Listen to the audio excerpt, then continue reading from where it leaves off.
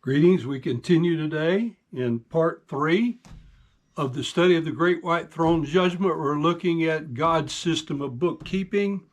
We were talking about the inerrant life book that's being written on each individual.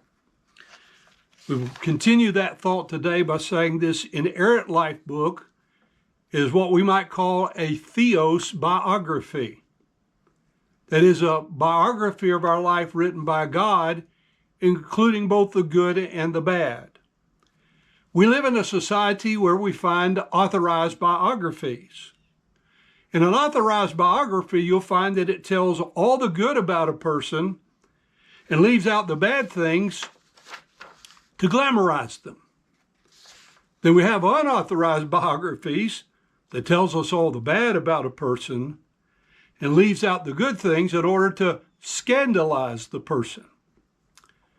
As Sergeant Joe Friday would say from the old Dragnet show, that he loved God's edition because it's just the facts. Which brings us to part 5 of God's bookkeeping system. God has an indelible list of believers in the Lamb's book of life. In Revelation 20:15, the book of life is in the feminine gender. And whosoever was not found written in the book of life was cast into the lake of fire. In Revelation 3:5, Jesus had promised, he that overcometh, the same shall be clothed in white raiment, and I will not blot out his name out of the book of life, but I will confess his name before my Father and before his angels. In Revelation 3:5, the book of life is also in the feminine gender, which stresses that it is a growing book. This is in marked contrast to the Calvinistic heresy of a firmly established list or unchanging number of names. The masculine gender would be required to substantiate a set number. Philippians 4:3 is an unorthodox reference to a book of life, also in the feminine gender, when it says, "And I entreat thee also, true yokefellow, help those women which labored with me in the gospel, with Clement also, and with my other fellow laborers, whose names are in a book of life." Revelation 13:8 says, "And that all that dwell upon the earth shall worship him, whose names are not written in the book of life of the Lamb slain from the foundation of the world." Revelation 17:8, "They that dwell on the earth shall wonder, whose names were not written in the book of life from the foundation of the world." Revelation 21:27 says, "And there shall in no wise enter into anything that defileth, neither whatsoever worketh abomination or maketh a lie, but they which are written in the Lamb's book of life." These passages employ the neuter gender with additional modifiers which seem to indicate other aspects of this same book, namely the authority of the book of the Lamb, the antiquity from the foundation of the world.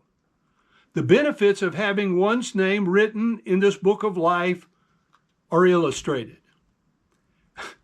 Great controversy in our nation at this point, but there's supposed to be a benefit of a voter's registration, where you go in and they search the book and find your name, and when they do, you get to vote. Revelation 21 verse 1 says, "And I saw a new heaven and a new earth, for the first heaven and the first earth were passed away." They died, and there was no more sea. "And I, John, saw the holy city, New Jerusalem, coming down from God out of heaven, prepared as a bride adorned for her husband. And I heard a great voice out of heaven saying, Behold, the tabernacle of God is with men, and he shall dwell with them. And they shall be his people, and God himself shall be with them and be their God. And God shall wipe away all tears from their eyes, and there shall be no more death, neither sorrow, nor crying, neither shall there be any more pain, for the former things are passed away. And he that sat upon the throne said, Behold, I make all things new. And he said unto me, Write, for these words are faithful and true. And he said unto me, It is done. I am Alpha and Omega, the beginning and the end. I will give unto him that is athirst of the water, of the fountain of the water of life freely. He that overcometh shall inherit all things. And I will be his God, and he shall be my son. But the fearful and unbelieving and the abominable and murderers and whoremongers and sorcerers and idolaters and all liars shall have their part in the lake which burneth with fire and brimstone, which is the second death.